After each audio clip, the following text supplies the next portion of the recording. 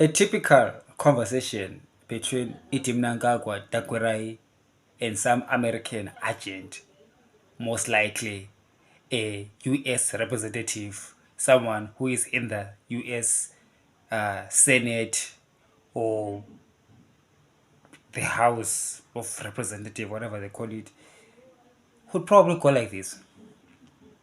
The American, probably a white male, old man, would say, I'm dramatizing something which I've never been into, but I imagine is the conversation. Would say to the black leader, you know you're a corrupt boy and you are banking in the United States of America.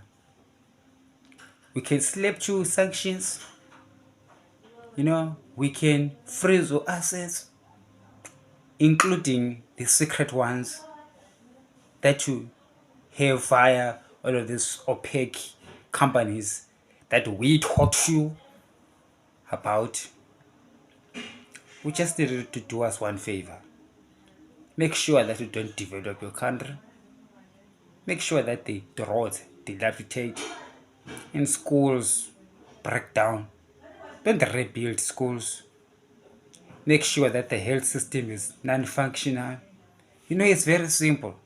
Your people are always going to complain to you, but they can't remove you because you are the military, you are the intelligence, and you are the police. And in any case, we are United States of America.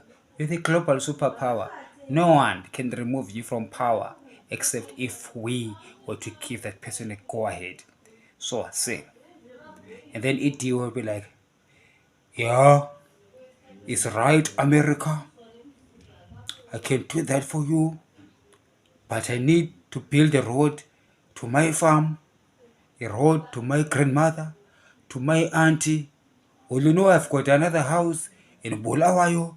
They said, no, no, no, no, no, no, no, no, no, no, Mr. President. You don't understand what we are saying. We wanted to build no road in Zimbabwe.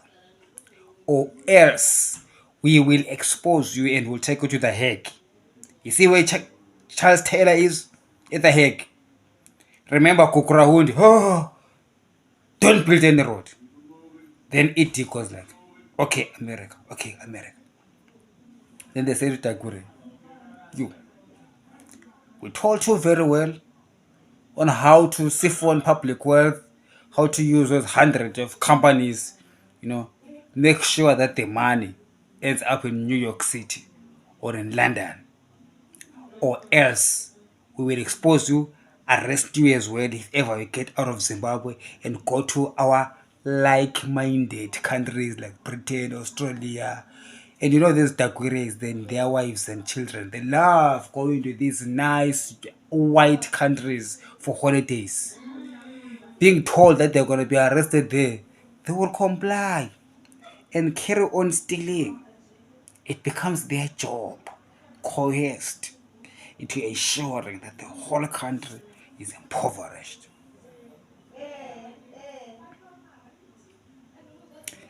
The rot in Washington is real. It's not something that Donald Trump is imagining. Donald Trump is speaking the truth, and Donald Trump is our hero by saying that there is a swamp in Washington.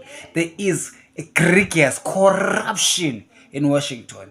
It's not corruption if it's just stealing 2 rand. No, it's corruption because it is stealing the whole country, impoverishing the whole continent. That's why we've got shit all countries. Donald, come back to the office, Mr. Trump. Perhaps if Trump becomes president, we might actually taste freedom. For I do not see President Joe Biden doing anything against the swamp in Washington. I wouldn't be surprised if him and his corrupt children are part of it.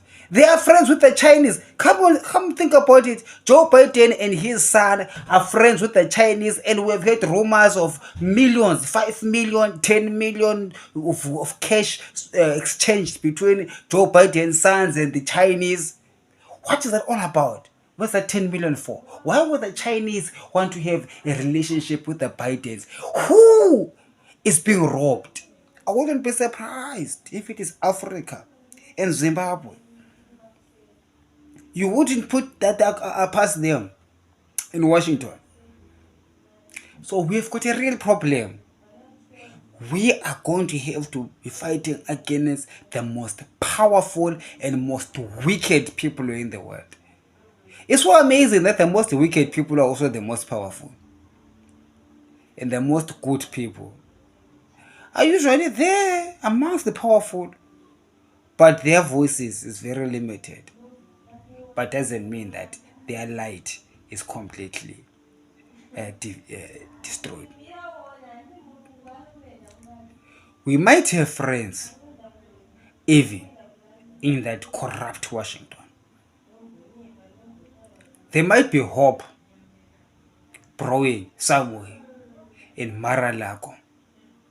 There might actually be an opportunity and a chance for good governance and development of our countries to occur with a sane American president who hates corruption. I am putting my bet on Donald Trump, hoping that he might bring deliverables. For the current administration, I do not see Zanu getting out of power with President Joe Biden in power. And imagine if Biden wins the US elections this November. Another 4 years of Zanu